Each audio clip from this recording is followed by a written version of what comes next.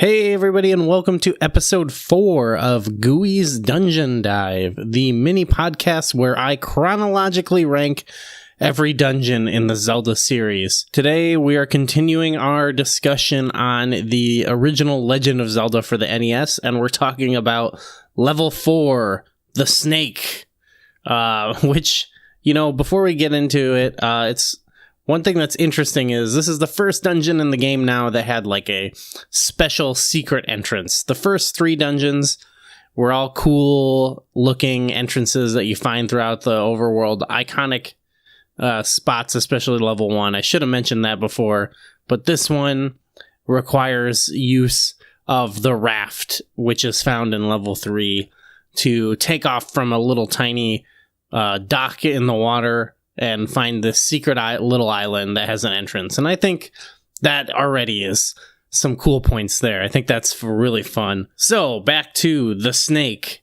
Of course, the map looks like a snake, and the layout, you almost kind of slither around the head of the eye of the snake and work your way around that way. So it kind of thematically works.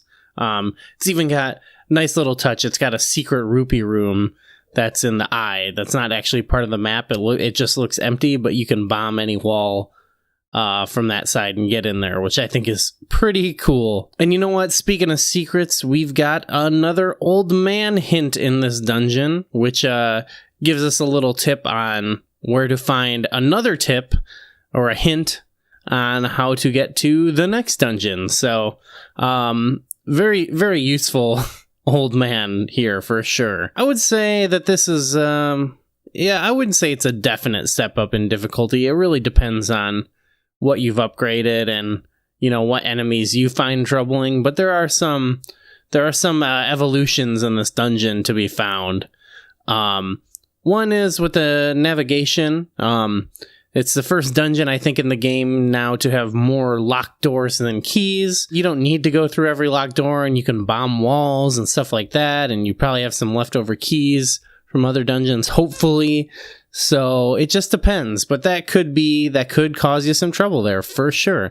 And I kind of like that. We're turning up the heat a little bit in that regard. Also, adding into this is another kind of first that ends up being a staple in the Zelda series, which is this is the first dungeon to require you to have the key item of the dungeon to progress, where it almost acts as another key for you to unlock another part of the dungeon. And I think that's really fun. You get to a room where there's a strip of water you can't cross, and of course you need to go find the step ladder to be able to walk over to it, and you need to go and find the step ladder to be able to walk over it, and it kind of locks off that part of the dungeon, which is cool. I think that's, you don't see that as much in this game. We haven't seen that yet, so this kind of is a foundational dungeon in that regard, and I think it works to great effect here,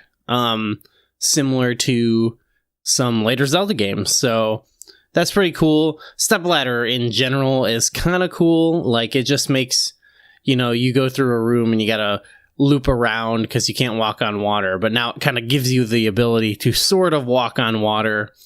It's not the best Zelda item, but again, it's unique, and we haven't really seen it since. So, I don't know. I like it. I like the stepladder. We've got some new enemies, of course. We've got, likes, which can eat you up, and if you've bought the upgraded shield, take that away. Though they're not so bad in this. Other than that, depends on who you talk to. But then we got a cool enemy in the Vire, which is like a big fat bat looking creature who, depending on what sword you have or how powerful you are, if you kill him, it'll turn into 2 red keys.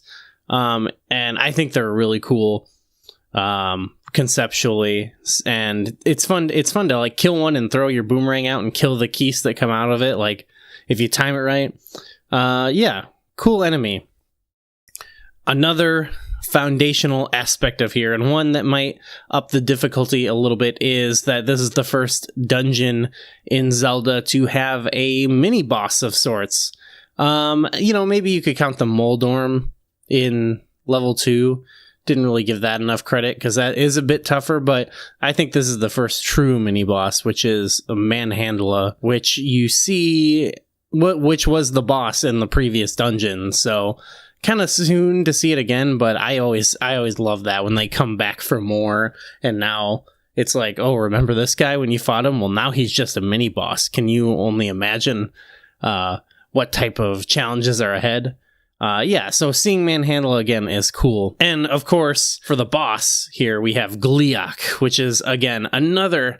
we're just batting 1,000 with the bosses in this game. I think they're all cool and classic Zelda bosses. And this, I think, is the hardest boss so far. It's kind of got the...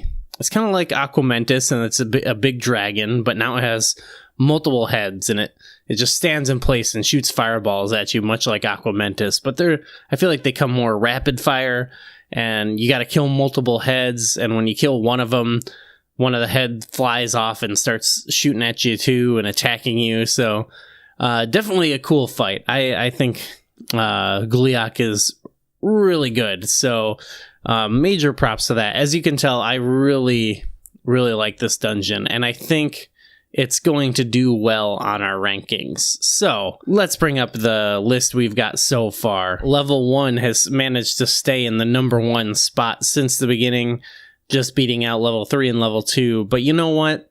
I think with all the things I mentioned, all the cool,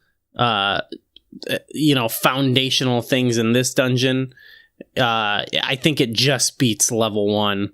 Level 1 laid the groundwork, and I think this is the next evolution towards kind of defining what is a classic Zelda dungeon. So that's going to put level 4 the snake at number 1. So if we're counting down, at 4 we've got level 2 the moon, 3 level 3 the manji, 2 level 1 the eagle, and of course number 1 level 4 the snake. Tell me, what do you think about these rankings? How would you rank these 4 dungeons in The Legend of Zelda? If you enjoyed this video, give it a like, leave a comment, subscribe, all that good stuff. And as always, thanks for watching.